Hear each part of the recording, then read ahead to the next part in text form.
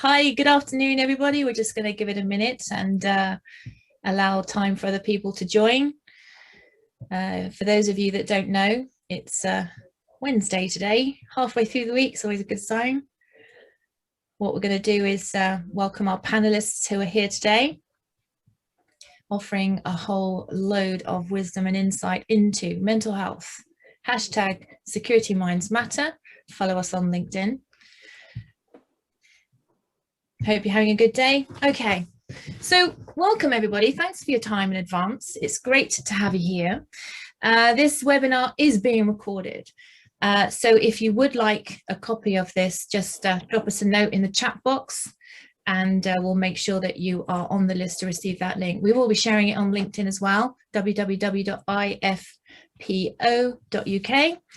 So this is the second of the quarterly IFPO webinars. We are absolutely delighted to be here, and I'm delighted to host it. Actually, they say that 2019 is stay away from negative people, 2020 is stay away from positive people, 2021 is stay away from people, but actually I think 2021 is about being brave, having new options and just doing things differently. So here I am, you have me for the next hour.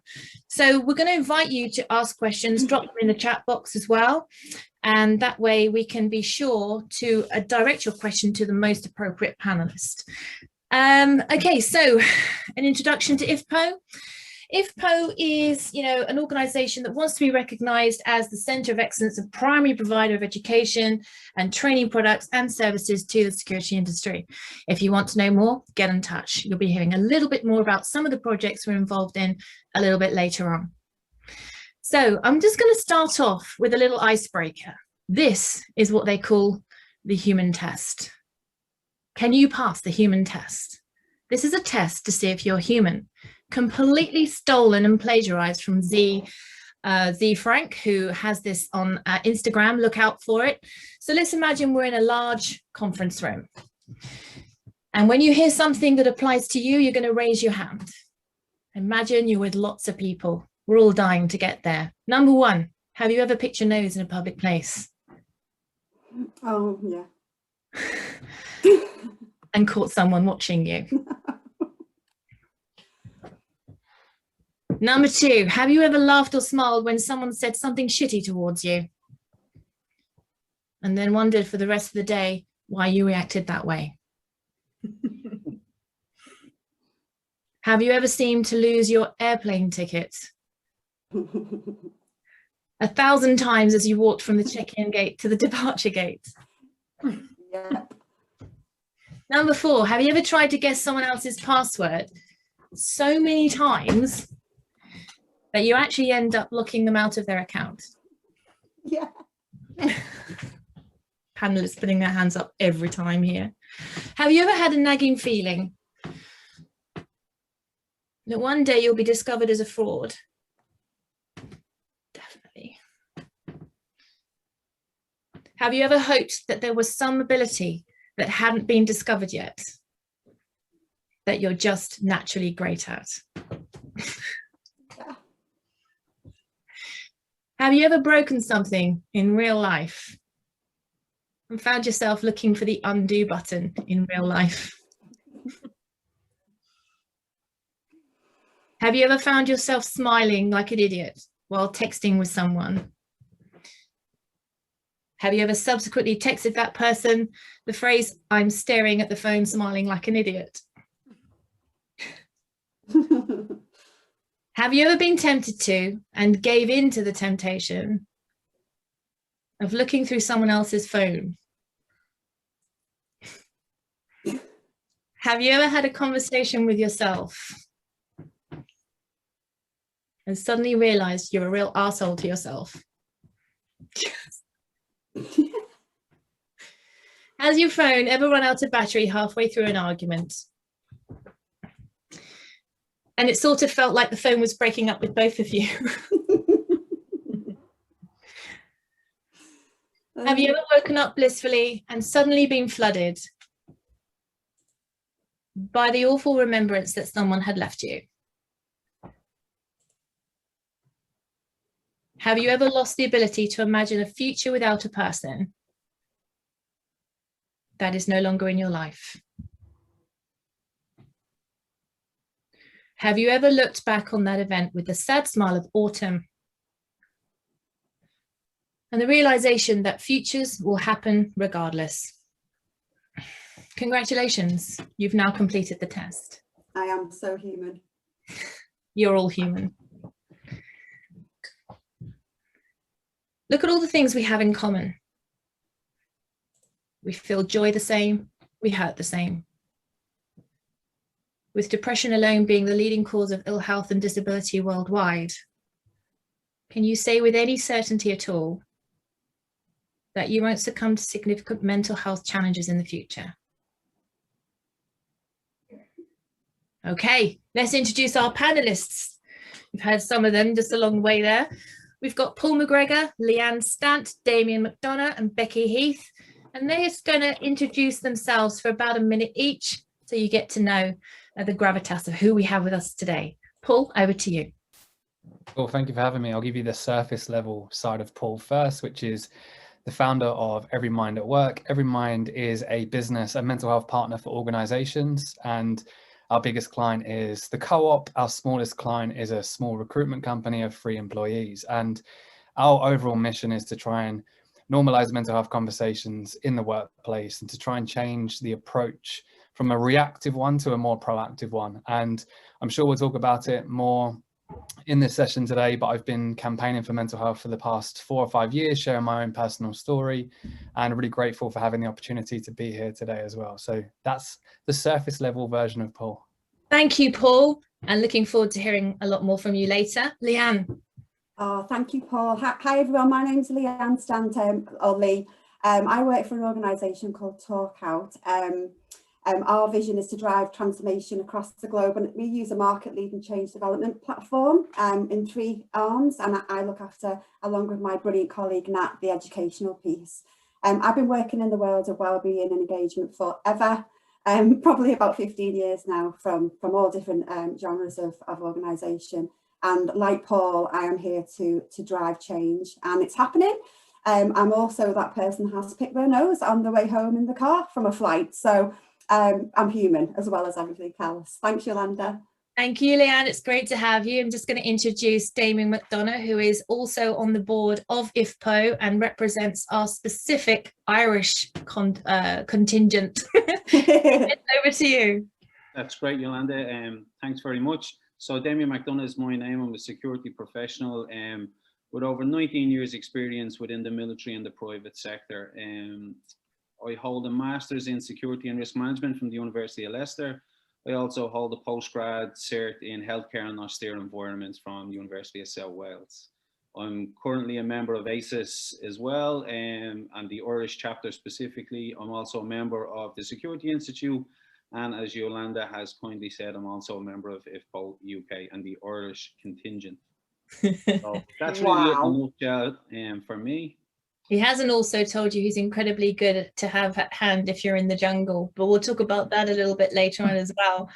Becky, over to you. Hello, I'm Becki Heath. I'm a shared services manager working for ABM. I'm delighted to be here today. Shared service manager is basically, I'm in charge of a security team and an environmental services team in a shopping centre. So I've only been in the security industry for 2 years. I worked in retail for 18 years before that as a manager. When I joined the role here, I worked in control, which is the hub of security in a shopping centre. And I've worked my way up through the pandemic to be shared services manager, and learning an awful lot through my very short time here. I've recently become a member of the IFPO, and trying to take it all in daily, really. Thank you, Becky. That's awesome. Okay, so let's start off. Look, talking about mental health isn't an easy subject, but it's a subject that we're all becoming an awful lot braver to talk about, and not just talk about, but do things that are positive. We know, for example, if we look at the rail industry, that there is an awful lot of controversy around the disruption to business and disruption to human life when a life is lost on the lines. And so therefore, Network Rail, it would be fair to say, have what they call an acceptable standard of death by suicide. and we can easily understand why. So I'm going to go to Paul first. Paul, tell us what you think about there being an acceptable amount of death by suicide.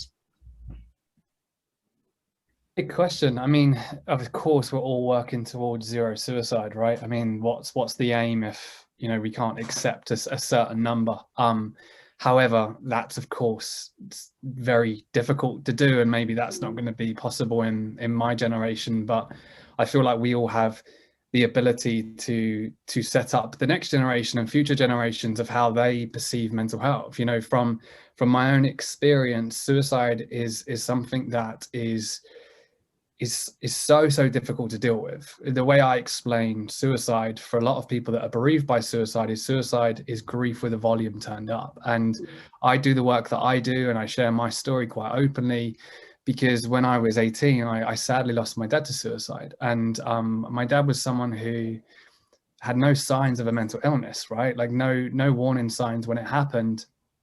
And for me, suicide and mental illness was straitjackets, padded cells, and I don't have to worry about that stuff. And when it impacts you, it impacts you. And I struggle to deal with that. I struggle to talk about it. And that's the reality of it. So I think if we're striving towards an attainable goal, zero suicide sounds impossible, but equally, you know, what else are we looking to achieve?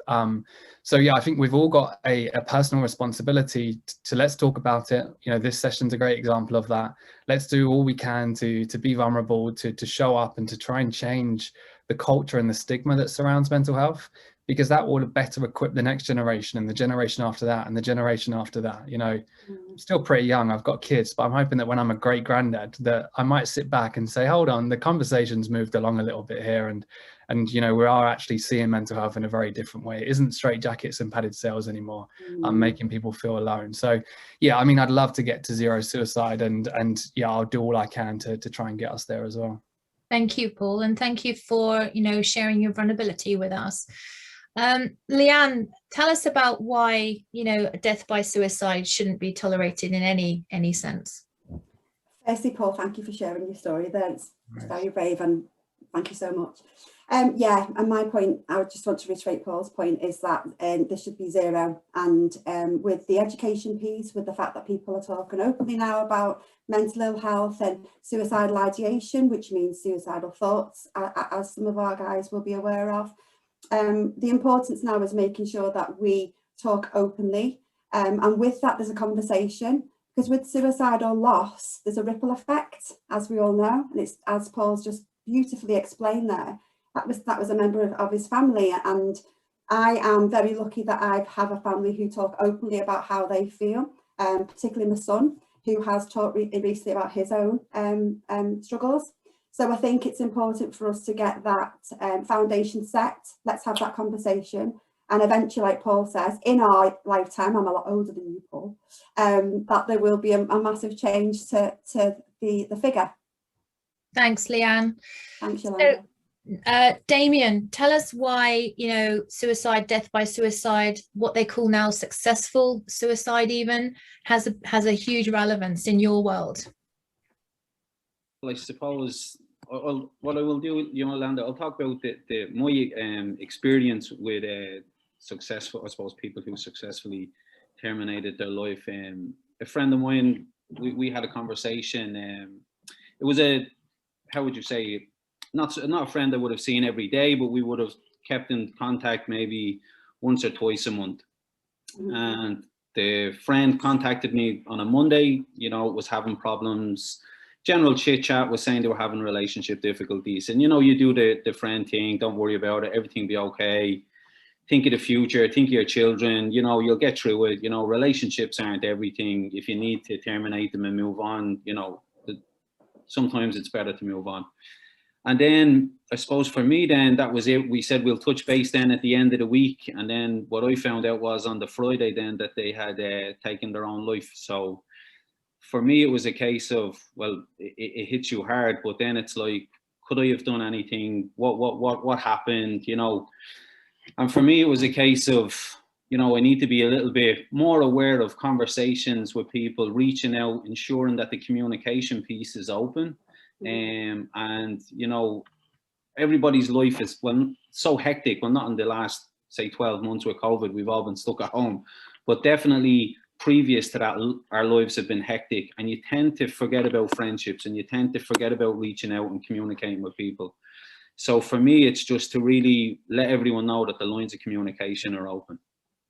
I don't know if that answers your question or not, but that's... Yeah, a very real story. Thank you very much. So Becky, I did mention to you earlier that I would hate to have on my portfolio a big car park with a very high level. Dealing with, you know, attempted suicide or even successful attempts at suicide is part of your everyday world. Tell us about that. Yeah, so sadly, you know, working in the security industry nowadays, especially when you work in a shopping centre, it is part and parcel of your job now. Shouldn't be, but it is. Unfortunately, we have had 5 attempts in the last 6 months, luckily for us, not successful.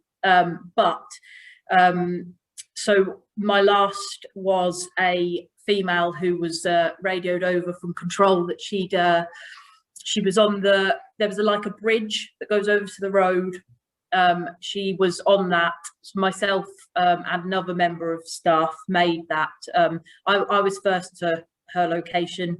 I called someone else, and we had to physically pull her down as she was about to jump. Unfortunately, she very clearly had bad mental health, and we had to hold her to the ground until the police and ambulance got there. Even when the police got there, they had to cuff her until she was looked after, just purely because if we'd have let go, she'd have got up and jumped again, or attempted to jump again. So I mean, I like I said, we've had 5 attempts in the last 6 months, quite severe attempts as well. It's really sad that we have to now go for the days when a lot of people know someone who is attached to suicide in some way. But I think it's about, like you said, knowing and talking. And I think COVID actually has had a worse impact on it because people feel so alone. Whereas before, yes, we needed to make sure that we were talking to people, but there's so many people out there that just feel like there's no one, even down to the doctors that you can't go and see and everything at the moment. So I think, yeah, we are, as a security in a centre, we are seeing the very, very high impact of that at the moment. Thank you, Becky. So that really very nicely leads me on to the next question, coming to Paul. And the question is, how would you in your role, and I think you're going to have a lot of things to mention here, they're going to be very helpful, but how would you in your role and your influence reduce the stigma of mental health to encourage people in your organizations to come forward easier, because the stigma still prevents people from openly saying, I have mental health challenges? Yeah, I think, you know, addressing stigma is very difficult, but a lot of organizations will avoid that. You know, when I work with organizations, I talk a lot about the what and the why. The what is, we have an employee assistance program, we have mental health first aiders. The why is, why are you doing that? What's the culture? What's the strategy? And how are you tackling stigma? You know, just because a manager's done some mental health training does not change the dynamic between the employee and the manager. Like, there's still judgment. There's still, oh, I can't talk about how I feel to my manager because I'm going to be, you know, I'm not going to get that promotion. I'm going to be, you know, fired from my job potentially. So when you're looking at stigma, we have to address that. And equally, as you've said, when it comes to awareness around mental health is increasing. We can all see that. But it doesn't change the fact that if I asked everyone on this call, what's the first association with the word mental that you make in your mind? So if I say to you what the word mental means, to me, my association with the word mental is crazy, right? And that's how I've been educated. That's how I've been brought up. That's what society has conditioned me to believe. So that's still stigma. The fact that I don't want to talk about my mental health because I say that I'm crazy, so I'm not going to talk about it. So I think the only way that we can really start to chip away at the stigma is to try and allow people to be more vulnerable. And vulnerability is something that, of course, we all shy away from. We all put these walls up because we're worried about being shamed, we're worried about being judged. However, we need to try and take those walls down and encourage others to do so as well. And vulnerability, I believe, and people sharing their own personal experience, especially around mental health, encourages a lot of others to talk about their journey. I've walked into construction companies and thought, oh no, what am I doing here? Like, these guys are going to boo me out of this room. And literally by the end of it, I've got a queue of about 30 of them, and all of them are talking about their own story, their own journey of what they've faced and a friend they've lost and all of this. And you know, there I was kind of judging them. So I think vulnerability, more people sharing their own story. And then the final thing that I would say on that point is reframing those statistics. And what I mean by that is, you know, there's a clear statistic that suicide's the biggest killer of men in the UK under 45. Like, more people know about that statistic now, but not many people sit back and actually feel the full brunt of that statistic. And what I mean by that is, I'm a man under 45. Biggest threat to my life as a dad, as a husband, as a son, as a brother, as a colleague is this. It's my own mind. It's mental health. So even though my mind has this way of saying to me that I shouldn't worry about my mental health because it makes me weak, there's also this constant reminder that the biggest threat to me as I sit here today is my own mind. It's mental health. So I think people need to start to realize the importance of mental health. And as we say, understand that struggling with your mental health, it's not weakness, it's just being human, as you kind of pointed out at the beginning of this session, right? So yeah, we've got a long way to go, but I think if we can encourage more people to share their story, and potentially that's someone being vulnerable, I think that would definitely tackle that stigma that surrounds mental health. Thank you, Paul. Very good to know that you can follow Paul on LinkedIn. He posts some really good stuff around mental health and all of his adventures as well. So do check him out. Coming over to you then, Leanne, you know, let's talk about what you can do in your organisation and influence to reduce the stigma of mental health.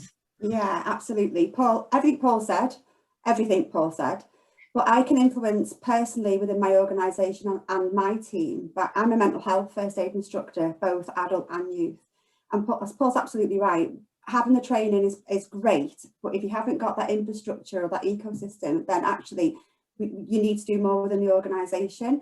Some organisations have amazing benefits like breakfast or fruit, you know, for the colleagues. But if you haven't got managers who can have that emotional conversation with their teams, you can keep your breakfast, because actually that doesn't help me at all. It might bring me to an organisation, certainly wouldn't keep me there as regards to how I'm going to be supported within that business.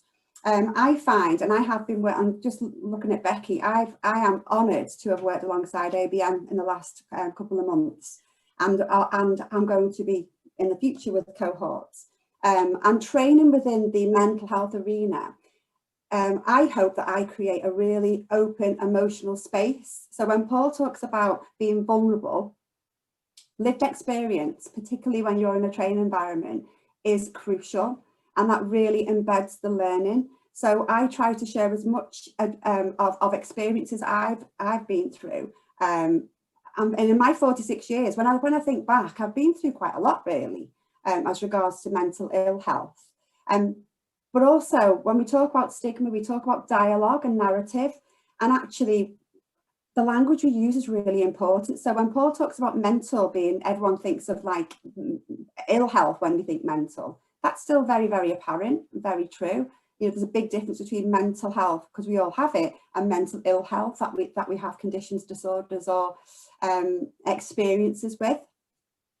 So I do think it's about us listening, being present, empathising, compassion more than anything, being kind, but our leaders demonstrating these behaviours, because it's all well and good as all jumping on a training course and learning so much when we've got people above us who aren't taking on board what we're trying to achieve. And so it starts at the top quite often, even though the front line are the ones who are most impacted, Yolanda. Perhaps instead of mental health, it needs to be mind health, you know, because then there isn't the stigma between mental being a negative connotation, but mind is about all things mind. It's like successful suicide. There shouldn't be the word successful with the term suicide. No, you know, it's complete or attempt. It's one or the other. I was stunned to hear that was a recognised term to be used. Yeah. Okay. So no, you're welcome. Coming over to you, Damien, let's talk about how your passion to influence and reduce the stigma of mental health is working for you. Well, I don't know whether it's working, but how I would just echo what the previous two panelists have said. And I think the key to making it work is to talk through lived experiences and I know we've been kind of looking at suicide here as being the main thing, but it's down to anxiety. It's down to dealing with people, dealing with a manager who probably just is in their own lane, focused on their own objectives, and are not taking into account your own personal problems, your own real world issues before you get to the workplace.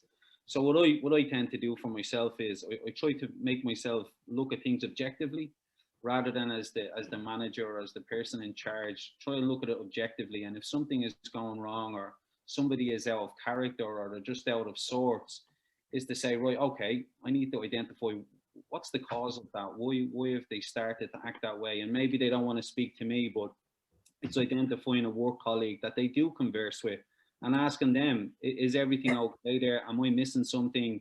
Or is there something I should be aware of that they're just not willing to speak to me? Because I could be the issue, you know, as a manager or somebody in charge, I could be the issue. But it's to be aware of that. So what I like to do is just talk through lived experiences and how things made me feel. And I have to say, I'm extremely fortunate. I have a great cohort of work colleagues who we sit down and we hold each other accountable. You know, when we're sitting down and we're talking through lived experiences, and we might be giving out about another colleague and saying, you know, X and Y and this and that. And they go, well, what did you do to add to that? They hold you accountable. So it's kind of like you go, well, I'm here to give out about them. I don't want you telling me that I was wrong as well.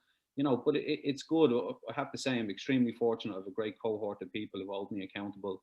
And yeah, so for me, it's lived experiences, how I feel in the situation. And it's even conversations that can make you bring them home. You're sitting in bed, you're lying awake from a conversation. It's that anxious feeling that it gives you, you know, and then your attitude changes at home. So for me, it's to try and identify it early and within my colleagues in work, you know. Thank you, Damien. So Becky, as an advocate here for ABM, welcome to IFPO as well as a corporate member. Tell us in your role then how you feel you and your team and your colleagues and your company even can do to sort of influence and reduce the stigma for your employees, maybe reporting in some mental health challenges. Yeah, I mean, I agree with the other three. A lot of what they've said is exactly the same in my scenario as well. I mean, I'm obviously a manager.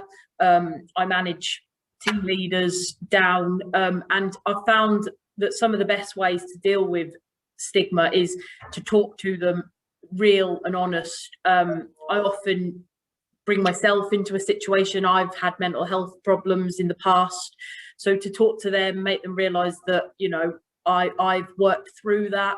They'll always be there, but I know how to work through it, give them ideas, help them. That always helps. But I also think from a sort of like my industry, it's about the training as well. We're huge into, with ABM and just within my centre, we're very big on the training. We put all our security guys through suicide awareness training, so they learn how to talk to people, how to notice the signs. And it's really, really important that they understand what mental health is and how they can help people, even if it's just a small thing that they say to someone, or, you know, a smile at someone in the centre. It can sometimes brighten someone's day if they're just recognised. And it's really important that our guys do that. And then obviously ABM are working really, really closely with Leanne and doing mental health awareness, and we've got people who are going on those courses, and I think they're looking to move that forward. So that's brilliant, you know, where you're fully trained, and I do honestly think it is down to the training and learning how to talk to people and support people. Thanks, Becky. Well, you mentioned Leanne there. In fact, we're going to come over to Leanne now. Leanne's got a very short presentation to share, and it's all part of our collaborative program in not just walking the walk, but talking the talk and finding really good solutions and real things that people can do to help feel better and help others feel better. So Leanne, I'm going to hand over to you. Thank you so much. Once you finish, we'll come back to some Q&A from our audience today. Amazing. Thank you so much, Yolanda. I did remember I was doing this presentation, but I kind of went, oh, here we go. Can we see that screen, guys? Okay. Can you see that presentation? Amazing. Okay, so I've already mentioned the organisation that I'm very lucky to be working alongside with Talkout. And Becky's absolutely right. We have got some great partnerships with the ABM community, Facilities Aviation. It's been absolutely outstanding. But before I became a mental health first aid instructor and lived in the world with mental health and wellbeing, I was also a firefighter. I was also a security professional. I was also a nurse, a doctor. I was also a diffusion. I was a bomb specialist. I've been many things in my 46 years on this earth. And the reason why I was is because I was a cabin crew member. So we are trained in every, see Damien? Yeah, every eventuality. You think, I've been there, done it, got the t-shirt, wear it, tattoo, you name it. So for the trolley dollies that are out there, actually, and we do pick our nose in the car on the way home. We're not going to lie, it's been a 17-hour shift. We've been on an aeroplane. But within the industry of aviation, we are trained for any eventuality where our adrenaline can literally go from 0 to 1,000, depending on the situation that we're dealt with, whether it's an oven fire or it's an emergency landing into Bordeaux, which I've had twice. Also, we have had repatriation flights from terrorism attacks, so Morocco, Tunisia, and then Sharm el-Sheikh. So cabin crew actually are worth the wait, to be totally honest with you. My mental health, so I live with mental ill health with stress and anxiety disorder, and my mental health was impacted back in 2001 when September the 11th had the catastrophic event of the Twin Towers being attacked in the terrorist attack that was September the 11th. So that wasn't the uniform back then. However, I didn't do anything about my mental health and welfare back then. I didn't have the support that was needed mentally. We didn't know what to do in that situation. And actually, because I didn't have that support moving forward 12, 15 years, I realised that my mental health was really impacted on a daily basis. And so it was then that I realised that once we understand we need help and support, that's when we should seek it, because we carry that and eventually it will come back and haunt us. So we do really need to look after our own mental health. So just some stats, and I know like Paul's already mentioned this, we do see this a lot. We do talk about it an awful lot. We talk about this in a way that these statistics and this data is very commercial. We look at this in a different way, cost savings. But actually, what we need to look at is the fact that this is getting closer and closer to home, guys. It's not just, oh, there's a guy who knows my dad that goes to the pub. This actually could be a member of your household now. So much so, particularly with COVID and the layered approach that's affecting individuals daily now. We don't even know the impact of COVID yet from a mental health perspective. We've no idea what that looks like. What we do know is that the risk factors that are attached to people completing suicide have been exacerbated due to the fact that there's a lot of isolation, job loss, bereavement. We've had furlough, which is fantastic. When that scheme comes to the end, you know, we've got that impact as well. I won't talk through the stats because I haven't got enough time, but we do have this presentation available for you as well with the recording. We're also on the cards, thank goodness, for the Bill of Parliament. Hopefully the Act will be passed, fingers crossed, that there should be mental health first aiders in every organisation, similarly to physical first aiders. You know, we're looking at 1 to 25 ratio, guys, so it's the importance is absolutely key. And it's that person that you can reach out to when you are seeking support from a mental health perspective.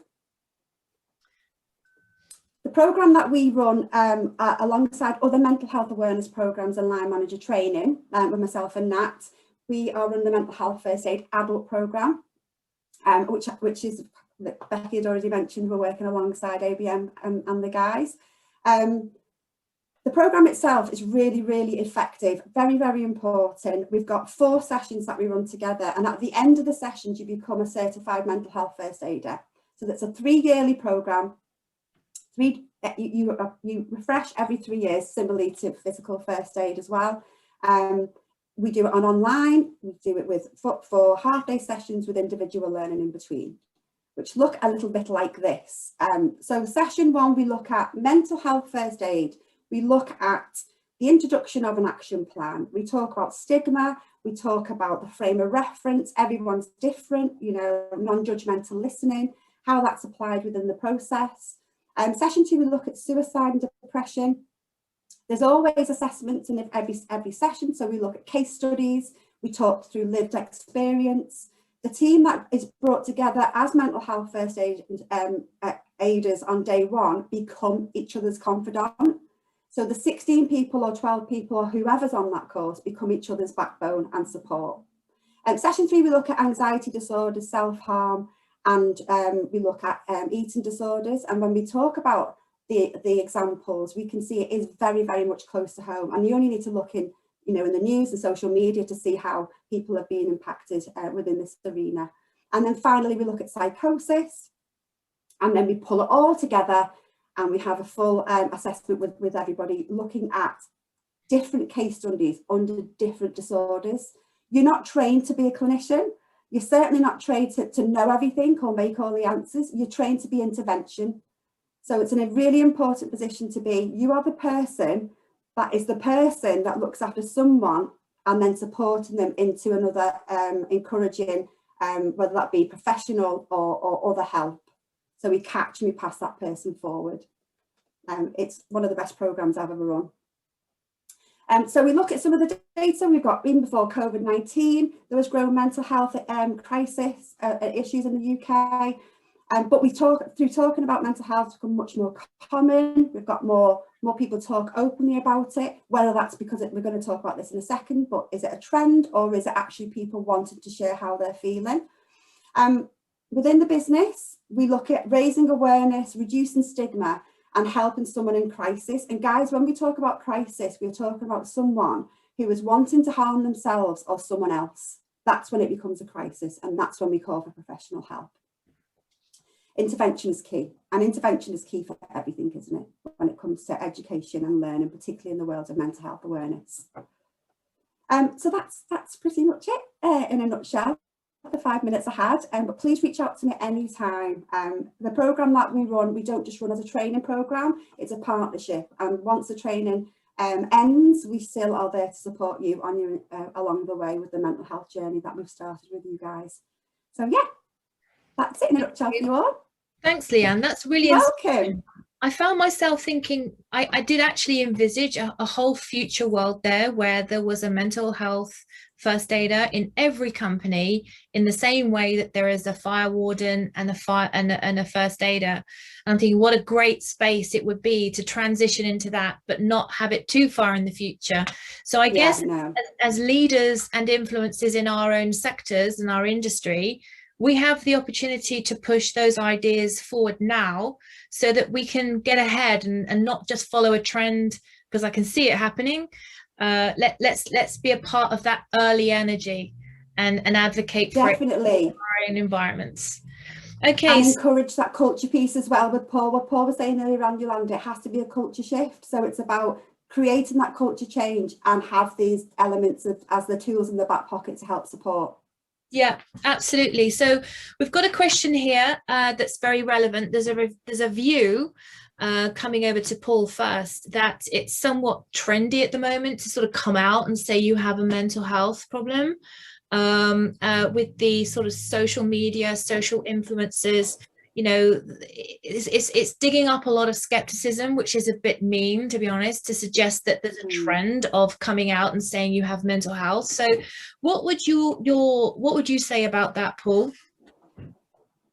Yeah, I mean, it's one of those where there's obviously a concern, especially within organizations, of when is it going to be used as an advantage. So when is someone going to just say, oh, I'm struggling with my mental health just to, get a week off work or whatever it is. And that's definitely the concern.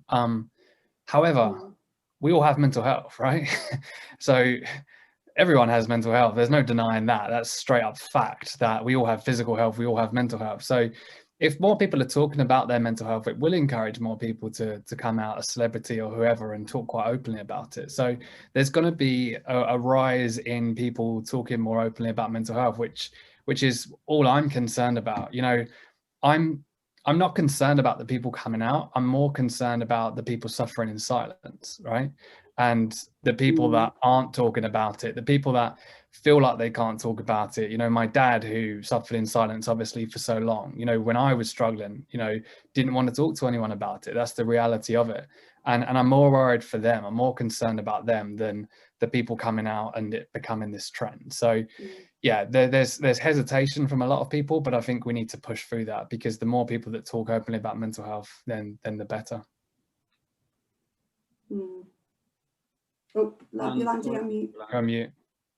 You're just complimenting the answer, wasn't you? So coming over to you, Leanne, what's your view around how it's viewed skeptically that, you know, people are just coming out because it's trendy to do so? So I just completely believe there's a lot of education needed. People are still stuck in the ways where they think that having, I don't know, I remember hearing someone say they're using the mental health card. It astounds me still. And just to, so Damien talked about lived experience. With my mental ill health, I don't want to be off work. I don't want to be away from an environment that loves me. You know, I want to feel valued. I want to have a purpose and a goal. I want to be able to come to work every day, albeit maybe not firing on full cylinders, but with people around me who are going to support me through this period. Being on your own in the house or whatever, or taking a week off work at that time, it was not good for me mentally. So I think we have to realise that actually with the right adjustments and the right support in place, and the empathy and the compassion and the talking and the listening, you know, there won't be a trend. It will be an everyday practice, and I think that's really important.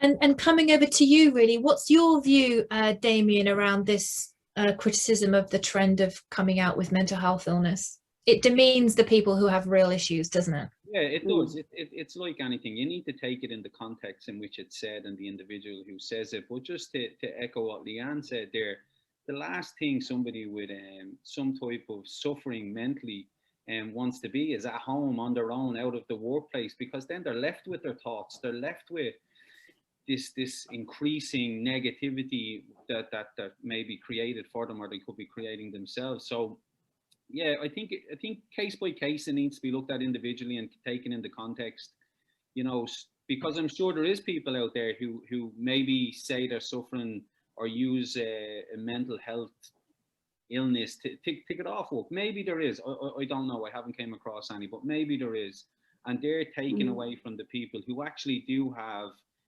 probably mental health problems or aren't feeling great. And then when they're looking at other work colleagues going, oh, she pulled the mental health card, that's gonna limit them coming forward. So I think the educational piece absolutely needs to be there, that where members of staff can say, right, I'm gonna go in and speak to my manager, supervisor, or my work colleague, tell them about my difficulties without any type of reprisal happening for them, that they'll just go, yeah. And as Leanne said as well, if you can go to work and people know, okay, they're not firing 100% today, they're at 80%. So at tea time, I'm just going to have a chat and see if everything's okay. And it could be a case where they're just not feeling it today. It's not actually a massive mental health problem where you need to go over and do interventions. It could be a case where they just want to be left alone. They're having other issues they're trying to figure out at home, maybe paying a bill, maybe doing whatever. It's not actually a crisis, as was mentioned, the word was mentioned earlier. So I think, to wrap it up, context, for me it's context. Depending on the context, would really dictate the stigma associated with it. Damien, that's incredibly eloquent. Thank you very much. Becky, what's your view about, you know, this skepticism around coming out as having a mental health problem because it's trendy? So I don't really agree with that. However, I just think it's recognised more in this day and age. So therefore, you know, it is talked about more. Probably my controversial side is the celebrity side. I agree with people talking about it, making it open and for people to understand it more. But I do think that maybe like celebrity magazines and all that, they don't help the situation sometimes with making it into a trendy thing, because you'll always get the followers who want to be like their celebrity idols and things like that, and then they don't really understand the full understanding of what mental health is and things like that. So that's maybe my controversial side of it, but I do think that the truth of it is that people talk about mental health more nowadays. And if we had more things like this on TV, more discussions, things like that, people might understand what mental health is, how it affects people, so that people can understand that if you really are suffering with mental health, it's not something that you want to talk about all the time, and you don't want your life to be ruled by that mental health, you know, and you don't want people to look at you and go, that's Becky, she's got mental health. But I want people to look at me and go, that's Becky, she's doing brilliant. She's got a few issues, but we're helping support her through that. And I think if things like that were more available for people to understand, then less people would say it if they maybe don't have it. Thank you, Becky. Awesome. So look, I'm going to come to Nick in a minute. Nicholas Reed is also on the IFPO advisory board. He's going to be talking about being human, which is one of our collaborative projects, about literally putting words into action. Before we come over to Nick, we've got a question from one of our panelists who says, and so if you could make your response fairly brief, what do the panelists think are the main challenges for facing frontline security officers that are relative to their own mental health? So we'll start off with you, Paul, specifically around the sort of, the frontline worker. What do you think are the main challenges? Are they asking, just to give me some context in terms of how the frontline worker manages their own mental health? Yes. What do the panelists think are the main challenges facing frontline security officers are relative to their own mental health? So I guess really one of the leading areas would be the isolation part of working alone a lot. Yeah, I mean, again, this isn't definitely my expertise, so I'll keep this short because I'm sure the others will weigh in a lot better. But I think, as you say, that isolation, probably with frontline, it's not feeling connected, and it's probably a role that you feel like you can't really talk about your mental health, which makes it even more difficult. And it's also probably supporting others where, we're setting ourselves on fire to keep others warm. So definitely like prioritizing your own mental health if you're on that frontline service. However, I want to hear what the others say because they're more equipped and experienced than I am on this one. Yeah, coming over to Leanne then quickly.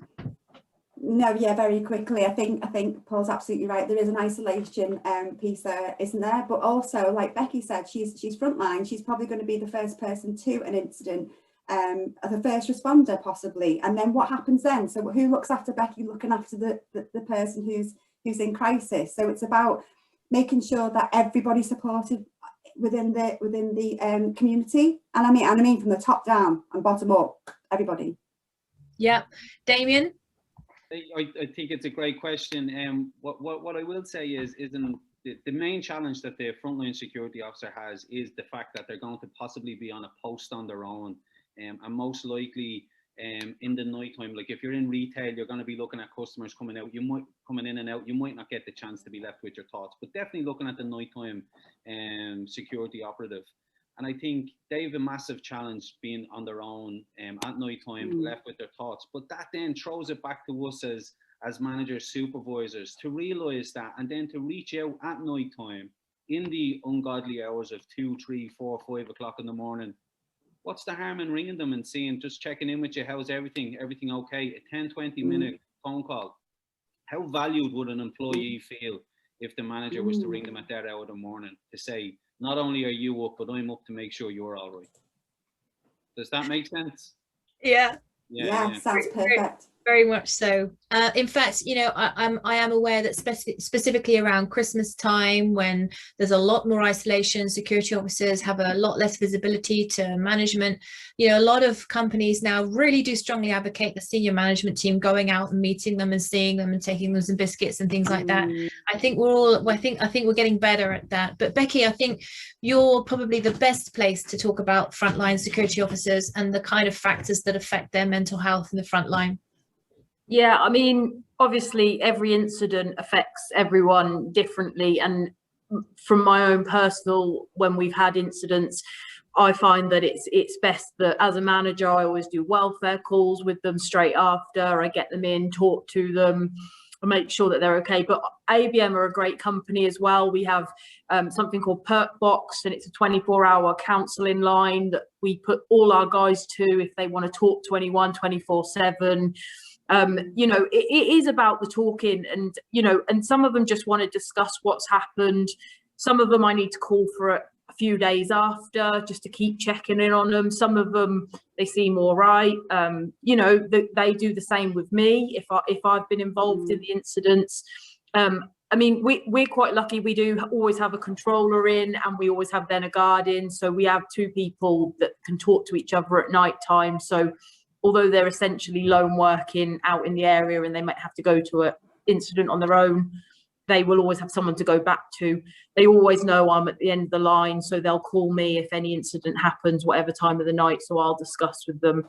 So yeah, I mean, it is about the talking, the being there, and then once again, it's the training on how to deal with events and how to deal with your emotions after the event. Notwithstanding, you just add COVID on top of all of that.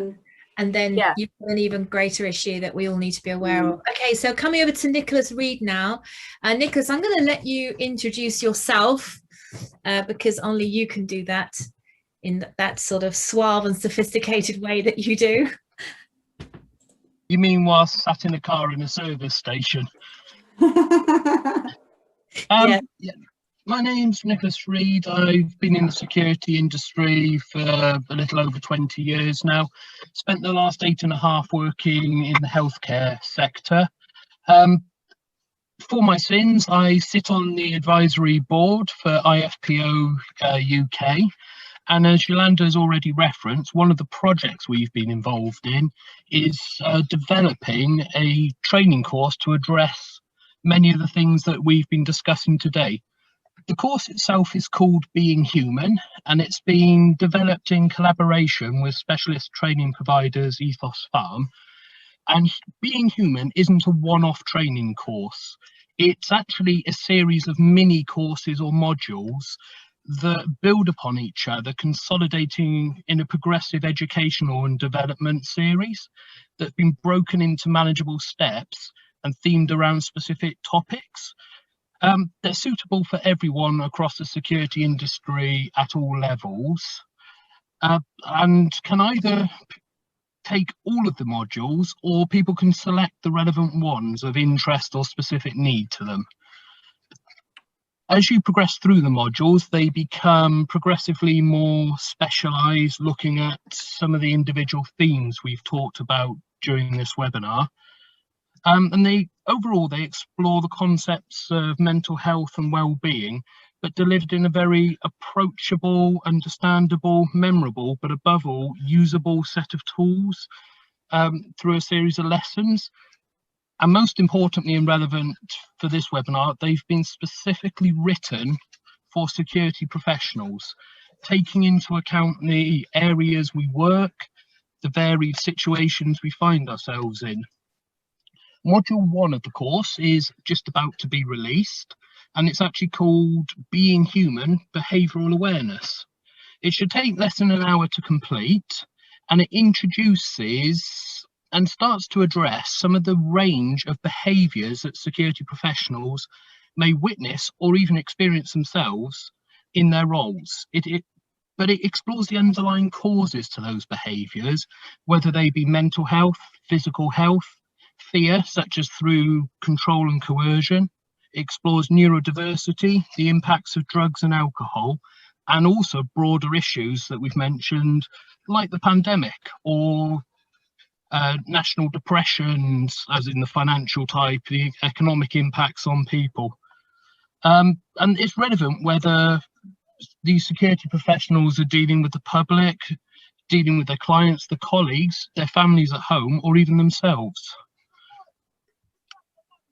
I'm hoping my background noise isn't intervening, so I'm going to plough on regardless of, thank you for the shakes of the head.